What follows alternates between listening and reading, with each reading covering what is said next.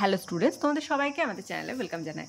দেখো, আজ আমরা সেকেন্ড সামেটিভ এক্সামের জন্য ক্লাস 5-এর ইভিএসের বা আমাদের পরিবেশ বিষয়ের থার্ড যে স্কুলটি রয়েছে তোমাদের প্রশ্ন বিচিত্রাতে, বীরভূম জেলা স্কুল, এই স্কুলের সমস্ত কোশ্চেনের আনসারগুলি আজ আমরা দেখে নেব। তাহলে চলো দেরি না করে ক্লাসটি শুরু করি। আজকে ক্লাসের ফার্স্ট কোশ্চেন দেখো, আত্রেই নদীর কাছের শহর হলো Balurghat. Next one, botanical garden আছে কোথায়? হাওড়া জেলায়। 1.3 পাট চাষ ড্যাশ সময়ে করা হয়? বর্ষার সময়। 1.4 অযোধ্যা পাহাড় ড্যাশ জেলায় অবস্থিত? আনসার হবে অযোধ্যা পাহাড় পুরুলিয়া জেলায় অবস্থিত। 1.5 ভূমির উচ্চতা মাপা হয় ড্যাশ থেকে? সমুদ্র স্তর থেকে। আমরা জানি, ছোট থেকে আমরা ব্যাপারটা জানি, তাহলে সমুদ্র স্তর থেকে। 2 ফার্স্ট, নদিয়া জেলার একটি অভয়ারণ্যের নাম হলো বেথুয়াড্রি।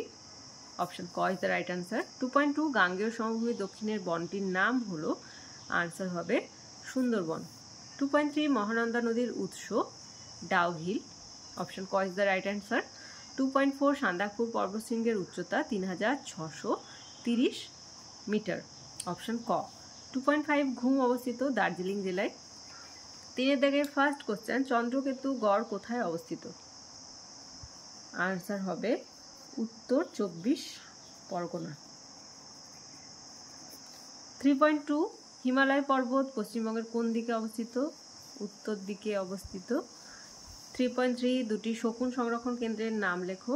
একটা লিখবে বক্সা জয়ন্তী পাহাড়ের বাগবন। ওকে।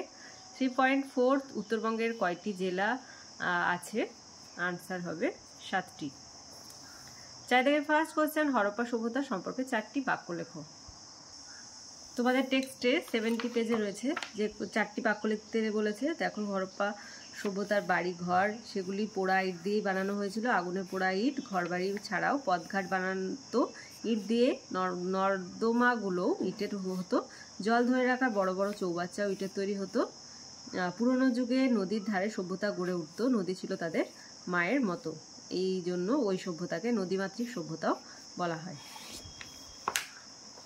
নেক্সট ওয়ান, সাধারণতন্ত্র দিবস কেন পালন করা হয়?